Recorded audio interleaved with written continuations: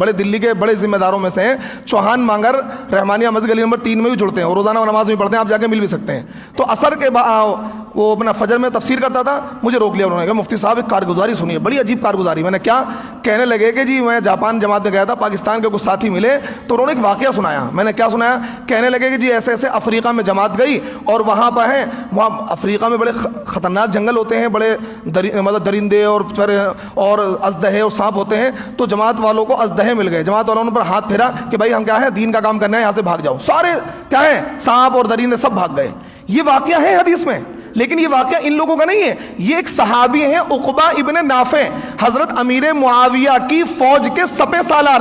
انہوں نے پورا لشکر روانہ کیا تھا افریقہ کو فتح کرنے کے لیے. تو افریقہ کے جنگل میں عقبہ ابن نافع کا جب لشکر پہنچا ہے, انہوں نے افریقہ کے جنگل میں خیمے نصب کیے. تو وہاں کے لوکل لوگوں نے کہا کہ جنگل میں مت ٹھہرنا, بہت ہی خطرناک جنگل ہے, شیر شیرنیاں درندے اور چیتے اور اژدہے ہیں, تمہیں کھا جائیں گے. تو انہوں نے کہا کہ ہم اللہ کے نبی کے غلام ہیں, ہمیں کوئی چیز نقصان نہیں پہنچا سکتی ہے. انہوں نے خیمے نصب کیے اور ایک اعلان کیا, ایھا الحشرات والارض. انہوں نے کہا اے چرندوں پرندوں درندوں خونخوار جانوروں, یہ اعلان سن لو, نحن اصحاب رسول اللہ صلی اللہ علیہ وسلم, ہم اللہ کے نبی کے غلام ہیں, اللہ کے نبی کے ساتھی ہیں. اگر کسی نے ہمیں نقصان پہنچانے کی کوشش کی تو ہم اسے قتل کر دیں گے. تاریخ گواہ ہے, تاریخ کے اندر لکھا ہوا ہے. عقبہ ابن نافع کے اس اعلان کے بعد درندے پرندے شیر شیرنیاں چیتے اژدہے سب نے جنگل خالی کر دیا اور انہوں نے صحابہ نے اور تابعین نے وہاں پڑاؤ ڈالا.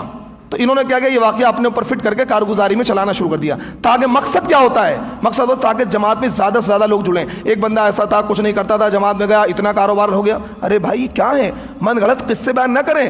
ہمارا دین بڑا پاک صاف دین ہے, یہودیوں کی طرح عیسائیوں کی طرح من گھڑت قصوں پر نہیں چلتا ہے. اللہ کے نبی صلی اللہ علیہ وسلم نے یہ ارشاد فرمایا, لن تضلوا بعدی ان تمسکتم بہما القرآن و سنت رسول, کہ تم میرے بعد ہرگز گمراہ نہیں ہوگے جب تک کہ قرآن کے سنت کے اور حدیث کے دامن کو مضبوطی سے پکڑے رہو گے.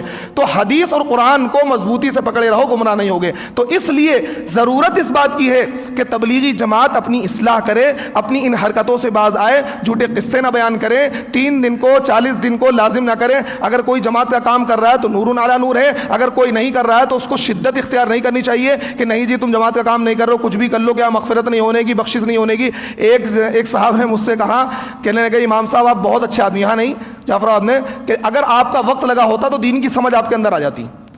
مجھ سے یہ بات کہی, میں نے اس کو جو ڈانٹا اور لتا, میں نے ہاتھ پکڑ کے کمرے سے باہر نکال دیا. میں نے بدتمیز کہیں گا, میں نے ہمیں دین کی سمجھ نہیں ہے, تو نے 40 دن لگا کے ساری دین کی سمجھ تیرے اندر آ گئی, 15 سال میں قرآن حدیث سب پڑھ لیا, ہمیں دین کی سمجھ نہیں آئی. تو معاملات یہ ہیں, ان جہالت کی وجہ سے تبلیغی جماعت کا کام بدنام ہو رہا ہے, اور کیا ہے اکابرین کی قائم کردہ جماعت کا نقصان ہو رہا ہے. اور آج جو خدمت تبلیغی جماعت نے 80 سال میں کی تھی, ان 20 سالوں میں سارا بیڑا غرق ہو گیا, سارا معاملہ غلط ہو گیا. اور دوسرا کام, جھوٹی حدیثیں بیان کرتے ہیں.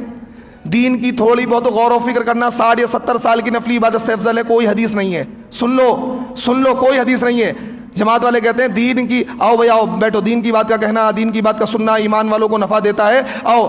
پھر یہ والی حدیث سناتے ہیں, دین کی تھوڑی بہت غور و فکر کرنا 60 یا 70 سال کی نفلی عبادت سے افضل ہے. سناتے نہیں سناتے, کسی نے سنیے, بالکل یہ کوئی حدیث نہیں ہے. کوئی حدیث ہے تو مجھے لا کر دکھا دیں, کوئی حدیث لا کر دکھا دے. من گھڑت ہے, موضوع ہے, اپنی طرف سے گھڑی ہوئی ہے. اور ایک حدیث وہ بیان کرتے ہیں جس کا انکار پہلے بھی میں نے کیا تھا, آج پھر کر رہا ہوں, کہ گشت کرنے کے بعد جو نماز پڑھی جائے گی اس پر 7 لاکھ نماز کا ثواب ملے گا. یہ بھی کوئی حدیث نہیں ہے, یہ بھی جماعت والے کہتے ہیں یہ بھی منحالہ موضوع منکر, یہ بالکل کیا ہے, منکر ہے, موضوع ہے, من گھڑت ہے, گھڑی ہوئی حدیث. کوئی حدیث ایسی روایت حدیث کے اندر موجود نہیں ہے. اور ساری جہاد کی آیتیں سب اپنے اوپر فٹ کرتے ہیں, ہلکے ہو بھاری ہو جماعت میں نکلو, ہلکے ہو بھائی, یہ جہاد کی آیتیں ہیں, یہ مت کرو.